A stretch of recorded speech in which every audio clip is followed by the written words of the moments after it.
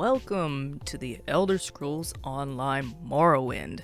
This is the first chapter ever released for the Elder Scrolls Online. In this Exploring ESO series, I'm going to dive into the already out expansions, chapters, and all the goodies in between on the Elder Scrolls Online.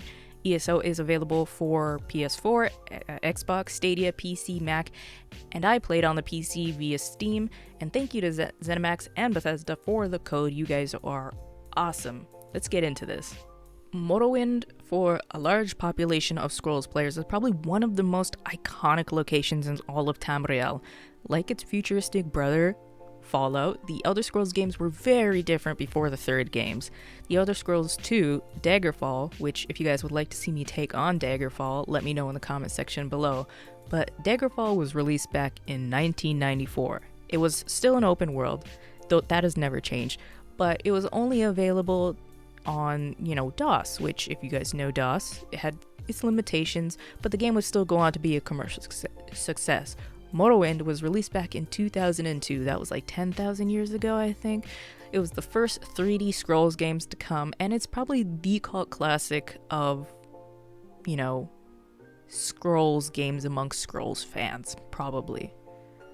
In the Elder Scrolls Online Morrowind, it's another province in Tamriel, and it's the home of the Dunmer and the capital of the Ebonheart Pact, Mournhold. It was released back in 2017 and is set 700 years before the events of the Elder Scrolls 3 Morrowind. In this chapter, it brought a lot of new elements to the game that are standard now, but at the time were like boom, pow. Introduced was a new area, Vardenfall, and Vardenfall actually was first shown in the Elder Scrolls 1 Arena. That's a game. That's a good game too. There is also a nature-based class called the Warden, which is not available without this chapter or buying it in the Crown store.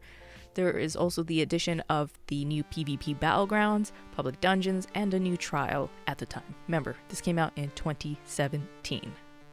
The story revolves around yet another Daedric god causing trouble. Surprise, surprise. Is anybody surprised by this? I'm not. This time it is the Prince of Deals, Pacts, Power, Bargains, and Serenity through Wish Fulfillment, Calvicus Vile. I know I probably butchered that. He's causing trouble this time. You have to stop him and his conspirators from stealing the demigod Vivek's powers and crashing a meteor into Vivek City. Jeez, we just doing all the work here. We should get a cape with superhero on our back. You get to traverse through the ash-covered Red Mountain, the mushroom-filled forest, to save Vardenfall from the prince's interference. It's always the Daedric gods causing trouble.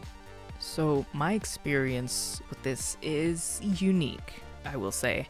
I played this right after Blackwood, and when I played Blackwood, it wasn't bustling because a lot of people didn't have the chapter when I played. However, Morrowind was almost the exact opposite, where most people already had played the chapter, so it wasn't bustling either. Aside from Vivek City, which is the capital, so duh. It's interesting to see some of the most iconic locations of the Scroll series and characters brought into this new era. Especially the iconic Silt Striders. Man, those things are intimidating. Now, before you go off, yes, I know Morrowind has high-res texture packs that make it look like it could rival Skyrim in a modern game, but that's not the same. This is different. I also did create the new character, but I ironically did not use it. Let me get into that. I didn't feel, honestly, like grinding out the levels to get it to the levels that my main character has. It would take a very long time. But I will be spending some time to get that character up. I'm very interested in the Warden because I've seen some builds that people are making. The tank healers that I fought with or fought alongside have really piqued my interest in this character class, and I will be spending some time getting that character up. I will say, I love ESO. I play it every day, whether to just get my, the dailies or to just log in, get my stuff from my stable. Whatever, I play it every day in some form or capacity. I will say, I only had one issue with this chapter. Or I guess, it's not the chapter, it's the map. I felt like it wasted a lot of space. Yes, I know there's the red mountain is in the center, but they could have moved some points closer or even done some cool volcano-based missions. Most of the points are around the edge of the map, or maybe there are some volcano-based side quests that I just missed somehow. I'll just have to go back and find them. This is also a fairly short chapter, or shorter than some. There's only 7 main missions, but those main missions also have like 6 parts to some of them, so it's not short, it's just short appearing. I don't know how to explain it. You guys know what I mean. Of course, there's tons of random encounters, radiant quests, delves, world bosses, and even a few hidden missions that you will totally miss unless you talk to people. The world bosses are almost impossible to do, kind of like with Blackwood, where unless you're actively asking people to come with you, or you have a group of friends that are going to come with you, most people aren't around because either they've done them already or they aren't in the area, which is frustrating. The world bosses and public trials are the only major things I have yet to finish in this expansion. Now you're probably asking, Hugger, does this chapter hold up in 2021?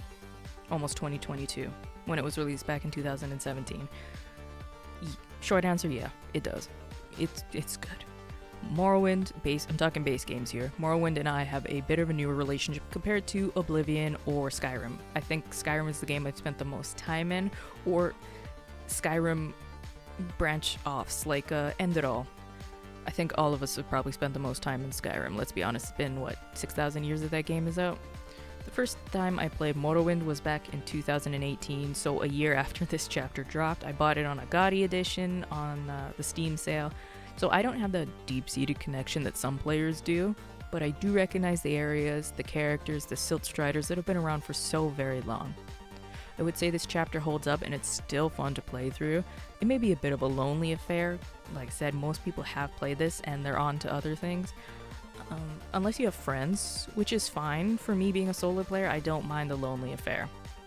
I wouldn't recommend getting the game for just this one expansion, which I don't even know if you can just buy Morrowind expansion by itself unless you already have the game. I would get the Blackwood edition that comes with all the already released chapters and DLCs for those chapters. Get that. Just have that fun. And if you want to run any world bosses or public dungeons on trials on PC or via Steam, let me know. I'm always down to play with you guys. Leave some suggestions on what you want to see me cover next. Which expansion, which chapter. We have Elsewhere, Greymoor, Western Skyrim, I think.